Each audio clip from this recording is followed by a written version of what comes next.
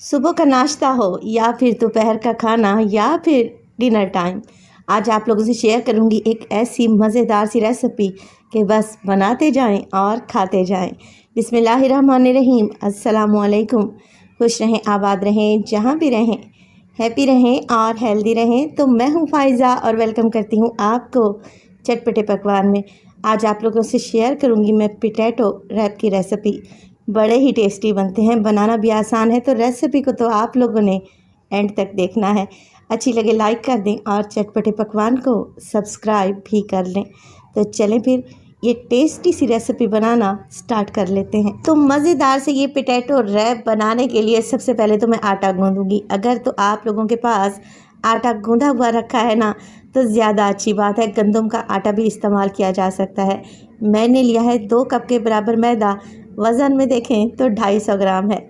इसमें डालेंगे 1 टीस्पून नमक और 2 टेबलस्पून के करीब कुकिंग ऑयल। मिक्स कर लेते हैं और थोड़ा थोड़ा पानी ऐड करते हुए बस हम लोगों ने नॉर्मल सा आटा गूँध कर तैयार कर लेना है। डेली रोटी चपाती पराठे के लिए जैसा बनाते हैं ना, बिल्कुल वैसा ही। अच्छा, ये रेसिपी इतनी काम की है कि आप इसे बची हुई रोटी के साथ भी बना सकते हैं। बच्चों के लंच बॉक्स के लिए तो ज़बरदस्त और आइडियल रेसिपी है। बच्चे लंच बॉक्स फिनिश करके ही आएंगे इंशाल्लाह। बस जी, आटा मैंने गूंद लिया है और देखिए सॉफ्ट सा गूंद कर तैयार किया है। अब इसे कवर लगाकर छोड़ दूंगी तकरीबन 15 से 20 मिनट के लिए, ताकि इसमें ज़्यादा लचक आ जाए और ये अच्छा सॉफ्ट भी हो जाए। तो चलें जी, जब तक आटा हमारा आराम फरमा रहा है, हम मज़ेदार सा आलू का मसाला तैयार कर लेते हैं जिसकी हम फिलिंग बनाएंगे। तो यहाँ पर एक फ्राइंग पैन में डाल दिया है मैंने 3 से 4 टेबलस्पून कुकिंग ऑयल। 1 टीस्पून के करीब लहसुन का पेस्ट डालूंगी। आप लहसुन को चॉप करके भी डाल सकते हैं। साथ के साथ 2 हरी मिर्चें बारीक सा काट कर डाल दें। बच्चों के लिए बना रहे हैं तो हरी मिर्चों को स्किप भी कर सकते हैं। तो मिक्स करते हुए आप लोग लहसुन और हरी मिर्च को फ्राई करें इतना कि इसका हल्का सा कच्चापन चला जाए, कलर चेंज नहीं होना चाहिए। तभी मैं डालूंगी इसमें एक मीडियम साइज़ की प्याज, जिसे आप लोगों ने ऑमलेट कट में काट कर शामिल कर देना है। अब प्याज को भी कोई कलर नहीं देना, हल्का सा ही इसे सौते करेंगे और इसी स्टेज पर इसमें शामिल करेंगे कुछ सब्जियाँ। मैं डाल रही हूँ शिमला मिर्च तकरीबन 4 टेबलस्पून और 4 टेबलस्पून ही टमाटर शामिल करूँगी, जिसके बीज मैंने रिमूव कर दिए हैं। टमाटर जो आप लोगों ने लेना है ना, थोड़ा सख्त ही लेना है।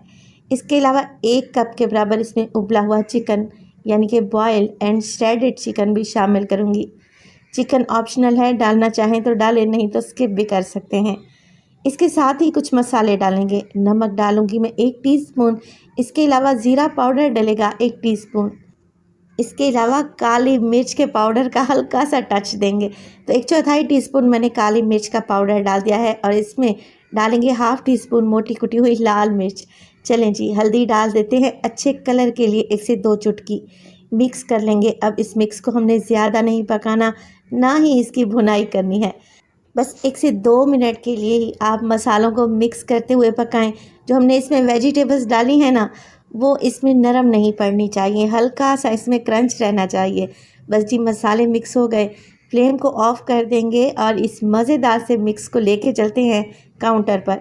यहाँ पर 1 पाव आलू को मैंने बॉईल करने के बाद छील लिया और मैंने इसे कद्दूकस करके रखा हुआ है, ताकि इसमें कोई भी बड़ी गुठली बाकी ना रहे।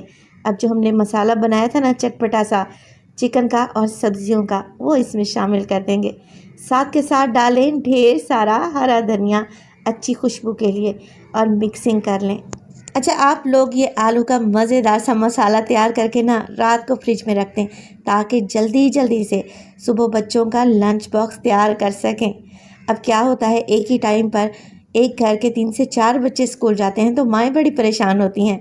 आप ये रेसिपी बना कर दें, इंशाअल्लाह ताला बच्चों को बड़ी ही पसंद आएगी। अच्छा, आटे को रखे हुए यहाँ पर 15 से 20 मिनट गुजर चुके हैं। ये अच्छे से सेट हो चुका है। एक दफ़ा दोबारा गूंद कर नीट कर लें और इसे काउंटर पर ले आएँ। हल्का सा मैदा डस्ट करें और अब हमने करने हैं पोर्शन। पेड़े एक ही साइज़ के बनेंगे ना, तो पराठे भी एक ही साइज़ के तैयार होंगे इंशाअल्लाह ताला। अब 2 कप मैदे से मैं तकरीबन 8 अदद पराठे बनाकर तैयार करूँगी, मीडियम साइज़ के। तो आप लोगों ने क्या करना है, पहले पेड़े बनाकर रख लेने हैं। पेड़े अच्छे से घुल जाएंगे ना, तो पराठे बनाने में ईजी रहेगा। चलें जी, बाकी के पेड़े ढाँप कर रखते हैं और एक पेड़ा काउंटर पर लेके आए।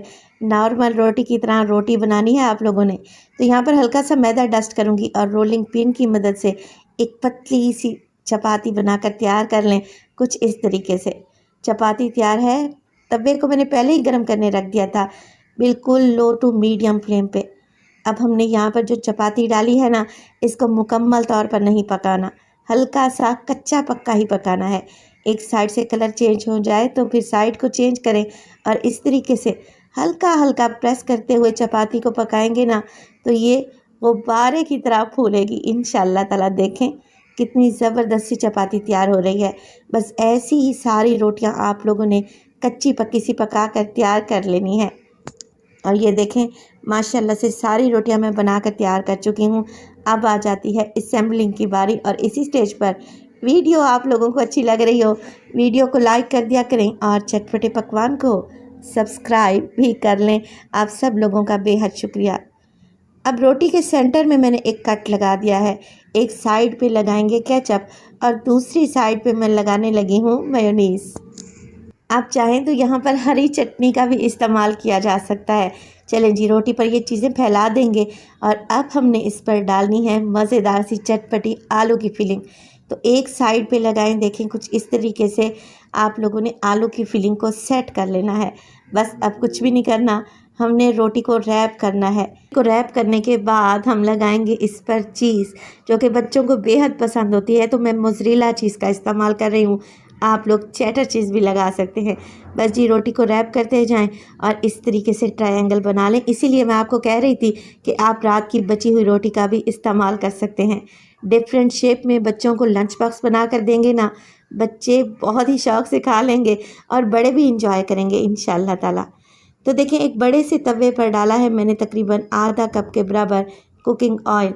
अब हमने इन रैप को क्रिस्पी करना है और गोल्डन करना है। तो मीडियम टू लो फ्लेम पे आप ये सारे रैप लगा दें। एक ही दफ़ा में आप 3 से 4 रैप आसानी से तैयार कर सकते हैं। जैसे ही दोनों साइडों से गोल्डन कलर आने लगे और चीज़ मेल्ट हो जाए, तो ये टेस्टी से पोटैटो रैप एकदम तैयार है ना टेस्टी रेसिपी। तो ये इतनी आसान और मज़ेदार सी रेसिपी है कि इसके सारे इंग्रेडिएंट्स आपको आपके किचन से ही मिल जाएंगे, क्योंकि आटा और आलू तो हर घर में मौजूद ही होते हैं।